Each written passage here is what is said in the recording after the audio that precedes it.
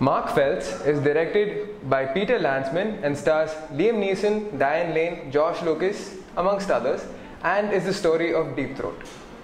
Yes, that is what I said.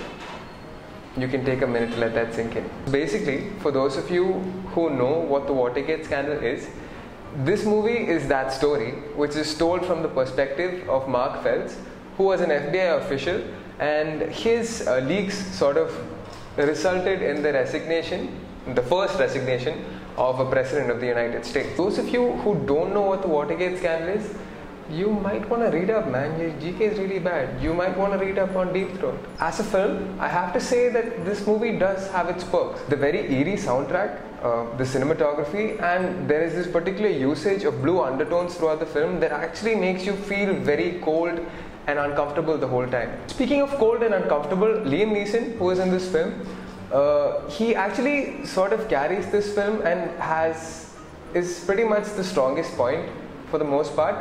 He does have his moments of, I will find you and I will kill you. But apart from that, he also has this very dark and mysterious approach to him, I would say. He is mostly placed in the shadows throughout for the most period of the film, and every time he speaks with a sort of conviction, but you don't know where exactly that conviction is coming from or where his real beliefs or duties lie. The rest of his time, his real concerns are sort of shrouded in mystery, and I don't know if that's because he's playing the character of one of the most secretive and unheard of people in the United States, or if it's just like really bad writing. Diane Lane, who is also in this film, is portrayed as this sort of weak, brittle but strong mother character of sorts, on whom the life of being the wife of an FBI official has taken its toll.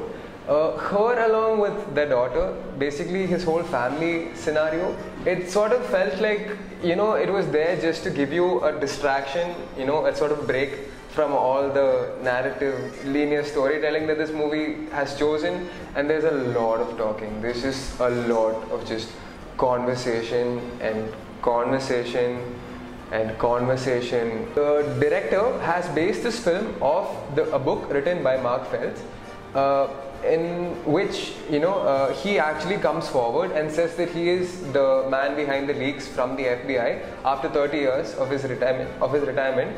And this sort of shows you why that the director puts him as the main protagonist, whereas most Americans would never agree, because nobody really knew what his real intentions were.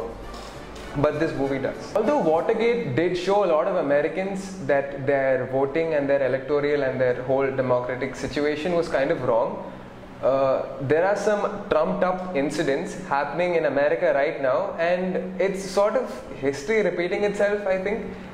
But it's just that there's another country involved now, and it doesn't really seem like anybody really wants to do anything about it. And all things considered, if you're an Indian and you want to go to a theatre and get a lot of information about stuff that's never really going to affect you in the first place, and get a Coke like I did, this movie might not be that bad of a decision, but I find that highly unlikely.